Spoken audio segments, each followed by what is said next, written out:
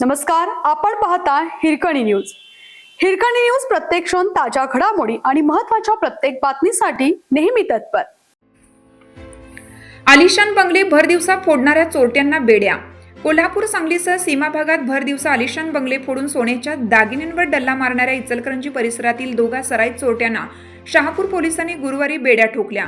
चोरट्यांकडून 54 लाख रुपये किमतीचे 43 तोळे 700 मिलीग्रॅम दागिने हस्तगत करण्यात आले.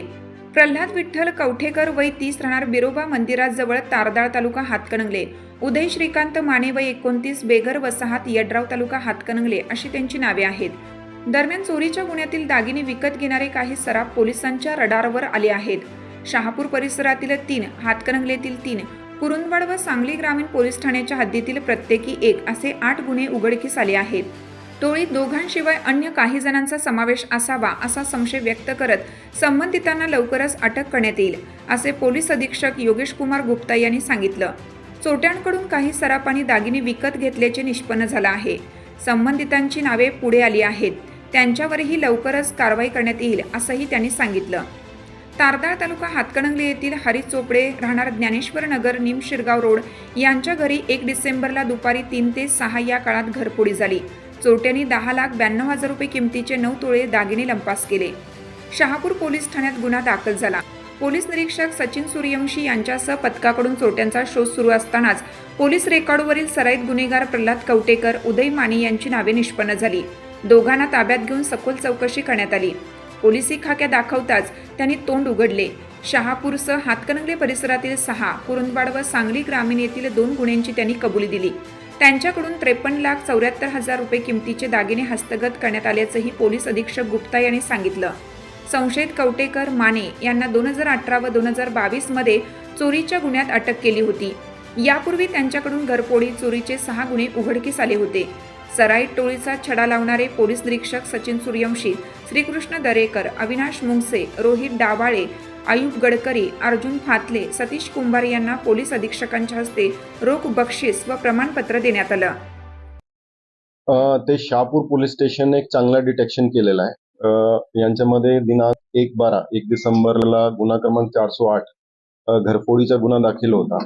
त्यांच्या तांत्रिक पद्धतीने बातमीदाराकडून माहिती काढून शहापूर पोलीस स्टेशनची पूर्ण टीम, डीबीची टीमने एक चांगली पद्धतीने तपास करून 2 आरोपीला अटक केलेला आहे. आणि तो गुन्ह्यामध्ये जे 408 गुन्ह्यामध्ये 9 तोळेचा सोना गेलेला होता, त्यांची पण पूर्णपणे रिकव्हरी झाली.